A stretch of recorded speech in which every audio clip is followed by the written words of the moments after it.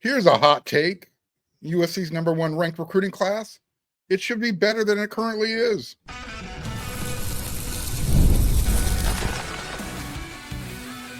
You are Locked On USC, your daily podcast on the USC Trojans, part of the Locked On Podcast Network, your team every day. Fight on, everyone. I'm your host, Mark Holkin, and thanks for making Locked On USC. It's part of the Locked On Network, your first listen every day. Whether you're watching the show on YouTube, you know you can pick a platform. You can download this podcast. It's always going to be free, and you know how much I'm always going to appreciate your support. This episode is brought to you by Monarch Money. Take control of your finances with Monarch Money. Use code LOCKEDONCollege at monarchmoney.com for 50% off your first year. Yep, I said it, and I stand behind it. USC's #1 ranked class should be doing better than it currently is. Yep. How can you be better than #1, right? Well, it is. It's difficult to improve on USC's #1 rated class. And not just in the big conference, I'm talking about in the country. However, I think it's conceivable that they could have a better one. Kind of talked about this real briefly the other day. I want to address it. I want to come back to it, circle back. Lincoln Riley's last 2 seasons at USC, they haven't gone according to plan, right? I think we could agree on that. It hasn't been terrible, but things could have been better, right? The win-loss ratio compared to programs like Ohio State, Oregon, USC's win-loss ratio, it's abysmal. I mean, these are the facts. Since going 11-3 in his first year at USC, and yes, USC did win the Heisman, the Trojans have a 15-11 record. They've lost to teams like Maryland, Minnesota, and I get it, it was on the road, but it's still Maryland, Minnesota.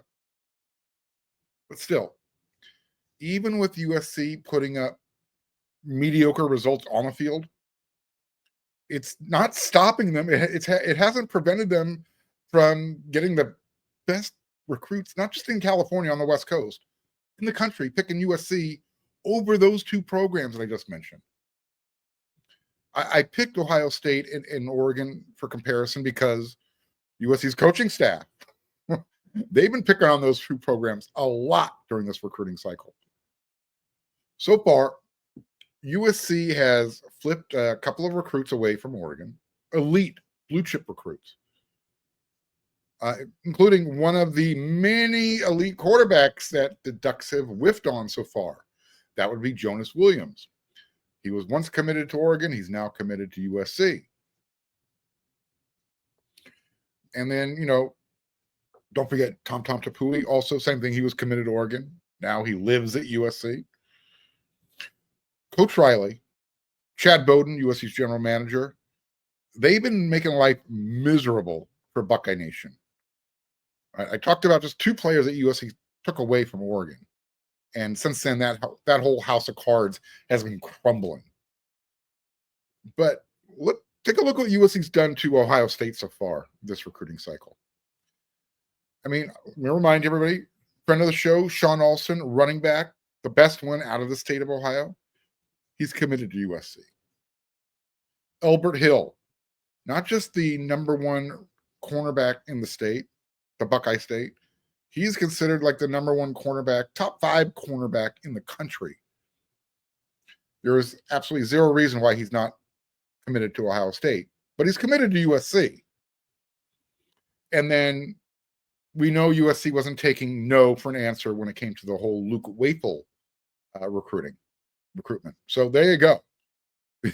USC has made life really rough on Ohio State this recruiting cycle. And it's one of the reasons why USC has the #1 class. So again, just remind everybody, USC has the #1 class in the country, and they're kind of pulling away. According to On3, this is the point I'm trying to make here. Why USC's class should actually be better. You can't be better than #1, but you can have better players. According to On3, the Trojans have collected 20 blue chip prospects, right? That's 6 more than the reigning national champion Ohio State Buckeyes. That's a baker's dozen more than Dan Lanning's Cannonball Gang up there in Eugene. 13 more blue chips have picked USC versus Oregon, who last year was undefeated before they met up with Ohio State in the playoffs. And they got that belt to butt. And it was fun to watch. Here's what's so crazy. USC has the #1 class in the country. And I keep saying it should be better. Here's why. They've lost 2 5-stars out of this recruiting cycle. Xavier Griffin, the defensive end, edge, linebacker prospect, he's still uncommitted. Ever since he decommitted from USC back in May, he hasn't found a home yet. I think he's going to end up at Alabama, or it could be Ohio State. And then you have the 5-star cornerback, R.J. Sermons. The reason why he's not in the 2026 class is he reclassified to 2025. He's on this year's USC roster. Think about that for a minute. Okay? Think about that. Despite losing 2 5-star recruits in the same recruiting cycle, it's actually conceivable. In fact, it's true. USC's #1 ranked class could be even better than it already is. Because you add in those 2 blue chippers, your rating goes higher. You can't go higher than #1, but the average star ranking per player goes up. So this is why I'm not into the whole star thing, but for argument's sake, look what could be. Now, imagine USC winning more games on the field the past 2 seasons, right? Not losing those games to Maryland, to Minnesota, losing on the road to 6-6 Washington last year, not allowing that lead in the fourth quarter late up in Ann Arbor to collapse. Don't lose in overtime to Penn State at home when you've got a lead in the fourth quarter. I think about this. Does anyone truly believe, does anyone think that a USC team with 10, 11 wins and a playoff berth would be in the single digits when you're counting up your blue chip recruits?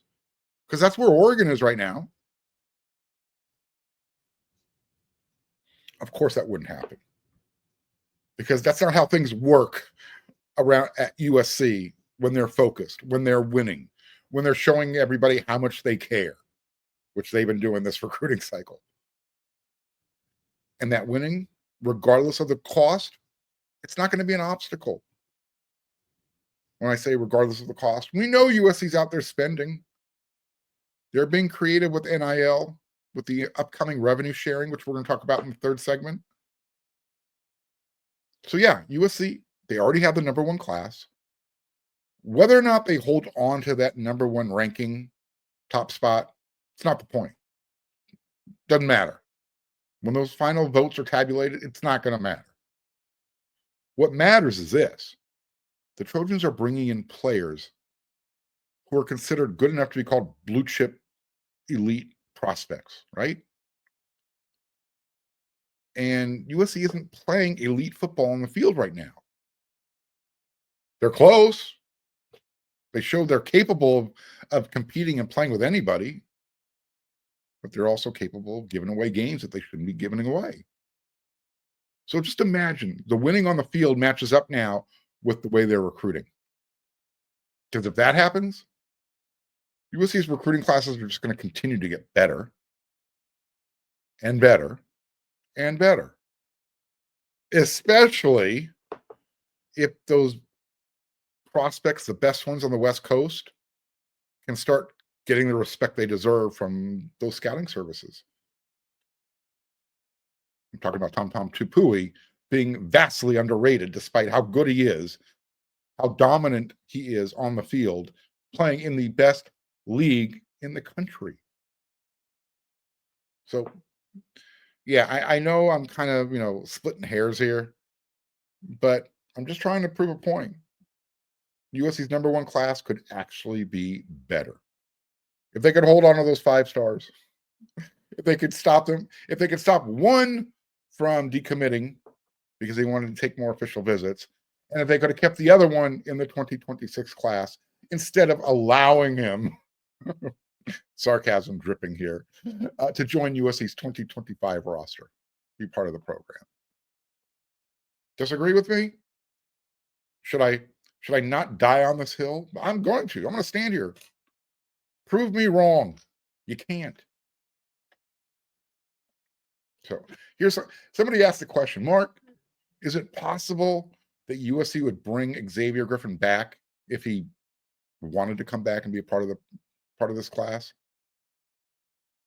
It's an interesting question. I don't think it would happen.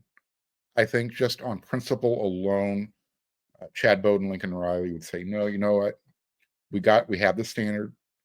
As much as we want you, we gotta stand on principle here. Now, if Xavier Griffin said, hey, you know what? I'll come in for half price, then maybe you check your scruples at the door and let's talk. Look, you brought Kyle Ford back after he sullied himself, got himself all dirty over there at UCLA. It's been the rules. Look, I'm not saying it's going to happen. I don't think it's going to happen. But since someone asked the question, I figured, why not? Let's talk about it for a few minutes. Or a minute, whatever. Anyways, all right, we got 2 more segments to go. As you know, I do the Inside the Trojan Huddle show every week over there at weusc.com. You can check that out on YouTube as well. Well, there was a comment made after today's episode, and it's from one of this show's everyday viewers, listeners, who also does the same thing over there on Inside the Trojan Huddle. We're going to talk about that in the next segment. You can see it on the rundown. Jayden Maiava. Is he Sam Darnold?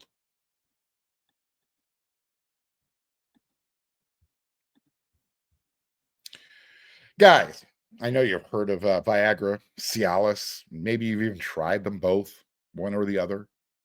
But if you're looking for something beyond the usual pill, it's time to meet Rougiette Ready. Yep, Rougiette.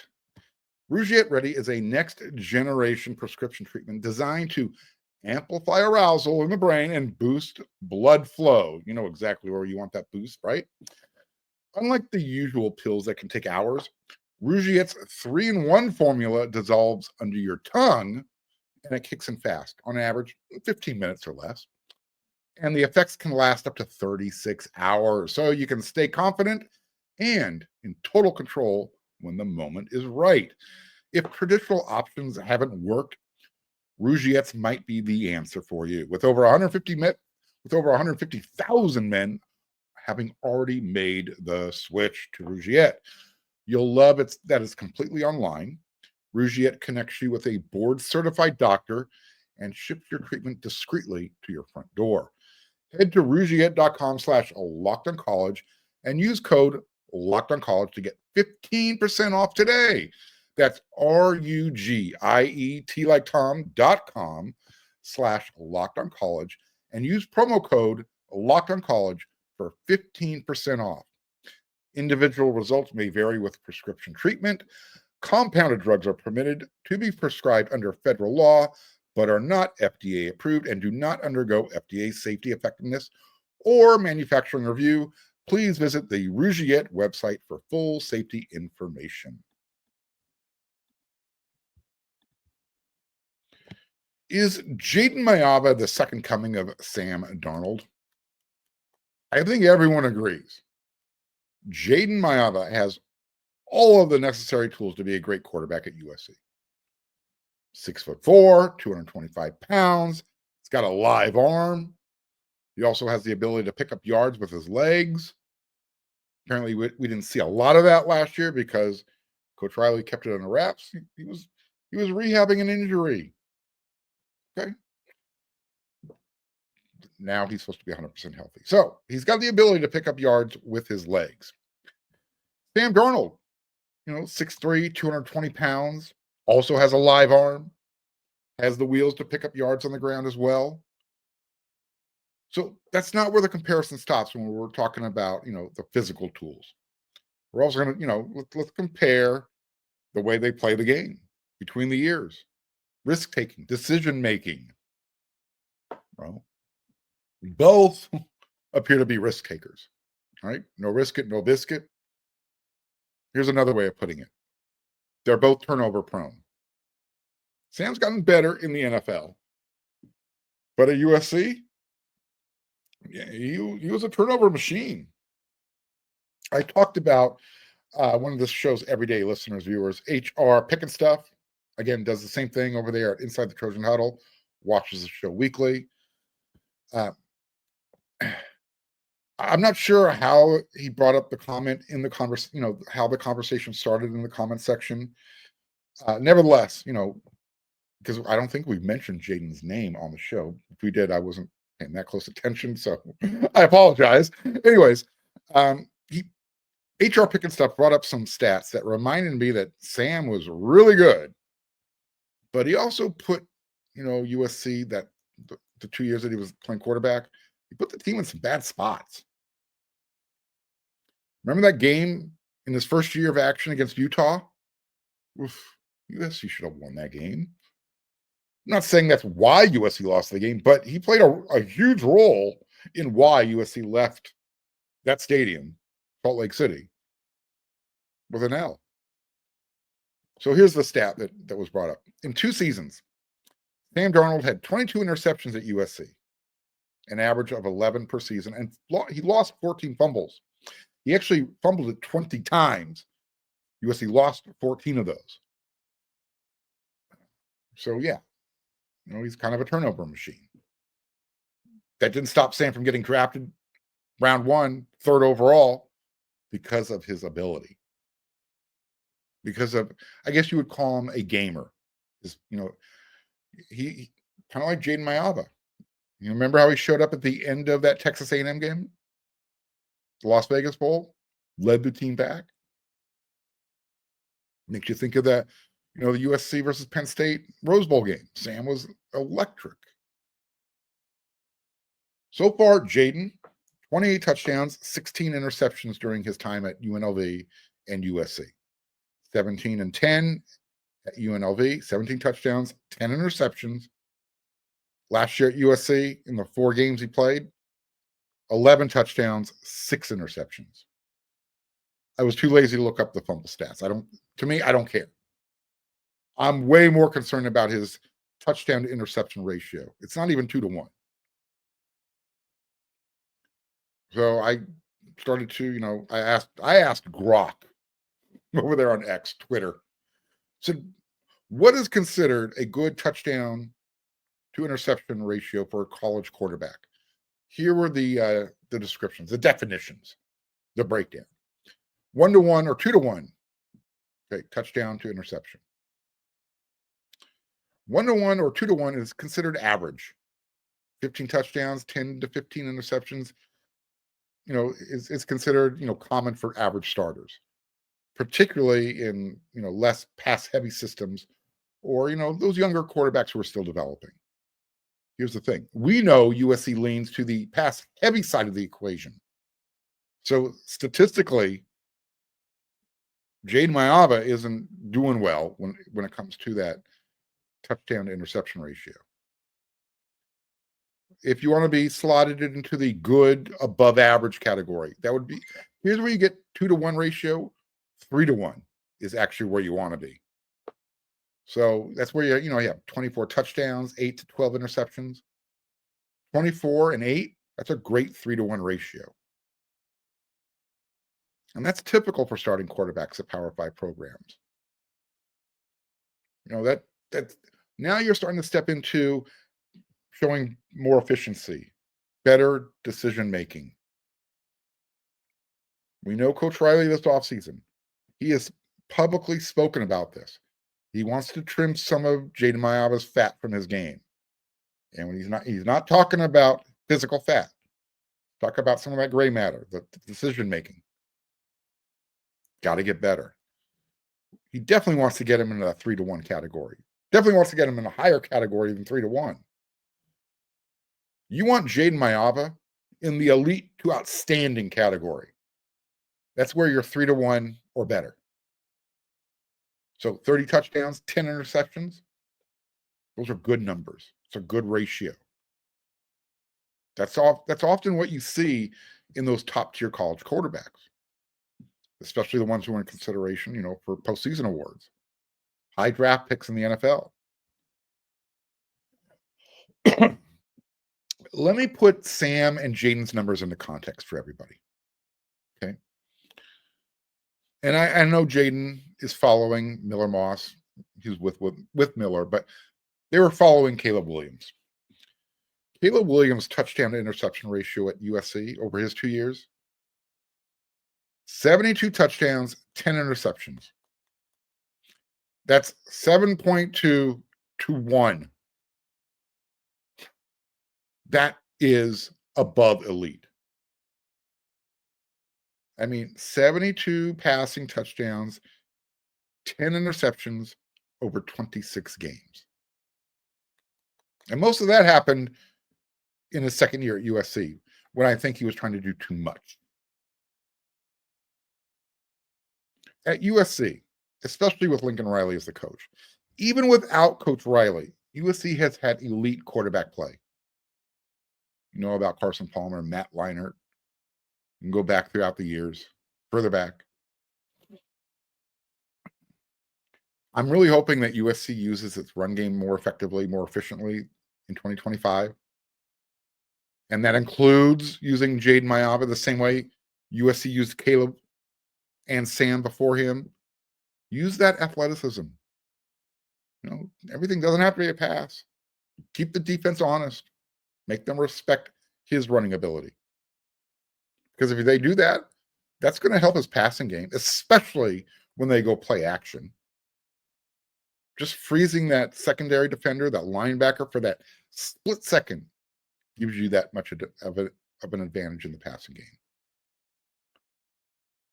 But just like last season, right? The defense made major improvement while the quarterback play itself, it was good, but it was inconsistent. So was the defense at times. Don't get me wrong.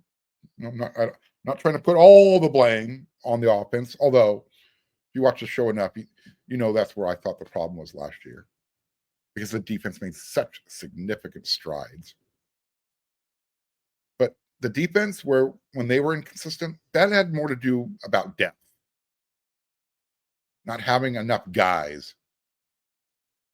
Because once your primary guys started to drop off, and we've talked about this before, the drop off from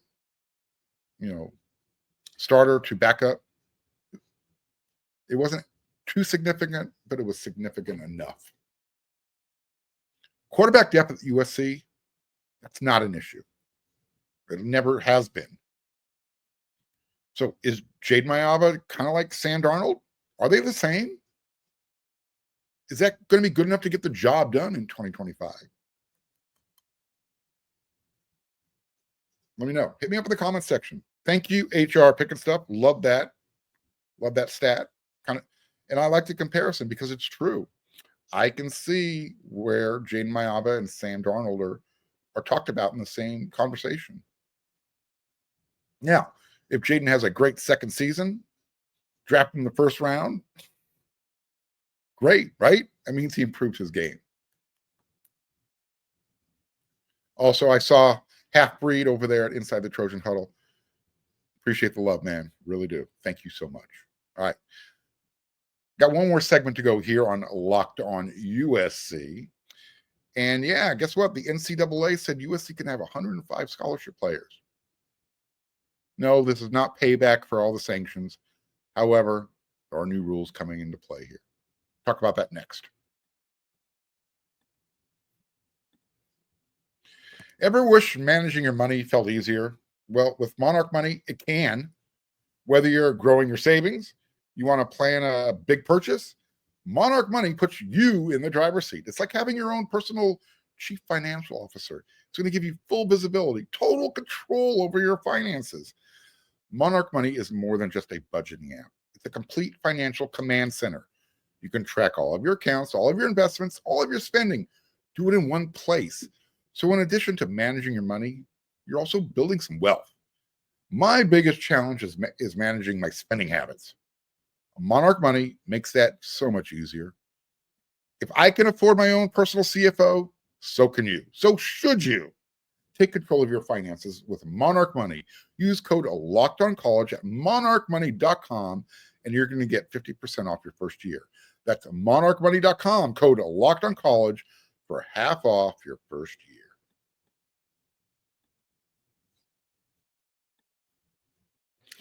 The NCAA made it official. USC can have 105 scholarship players on its football roster if they so choose. Yep. The NCAA will no longer maintain sport-specific scholarship limits, as its Division I Board of Directors on Monday formally adopted new roster limit rules to align with the recently approved House settlement. The changes go into effect July 1st. Quote, all schools that opt into the House settlement will in turn be allowed to award scholarships to as many players as they wish, as their teams fall in line with the roster size caps outlined in the settlement. Football, for example, will have a roster cap of 105 players. The NCAA says the change will dramatically increase the number of available scholarships and will more than double the previous total offered to women. All right. So how does this affect USC in building a roster? That's really the question, right? Right. In the past, before the House settlement, teams were capped at 85 scholarships, but you could have as many walk-ons as you wanted.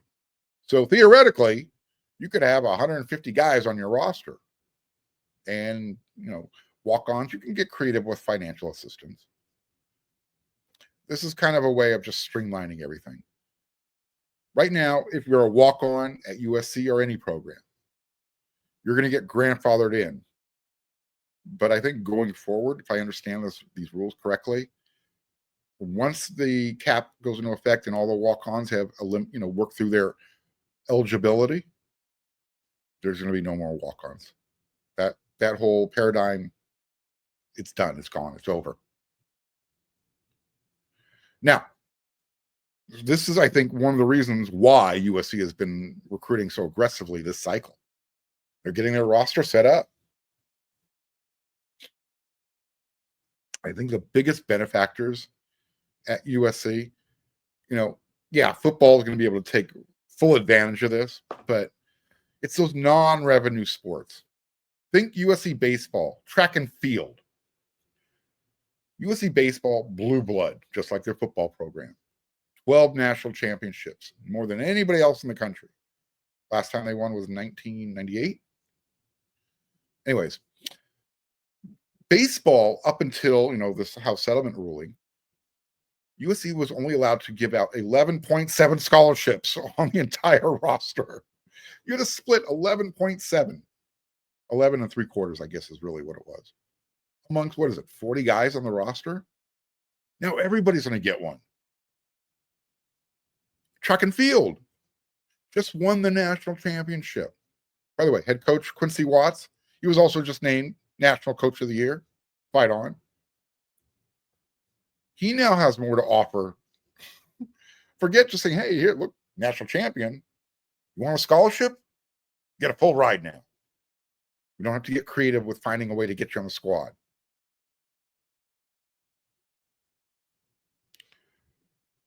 Here's something else. By the way, we were talking about how you're now going to have more scholarships available for women's sports. I'm hearing, I haven't got it confirmed, but I've heard USC is going to start up a softball program. Yeah. Yeah. Does that mean men's soccer is coming too?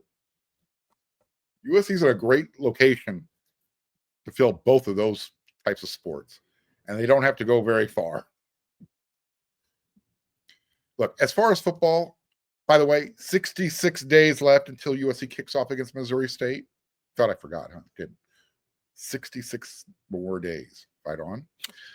So as far as football, this is really going to separate the haves from the have-nots even further.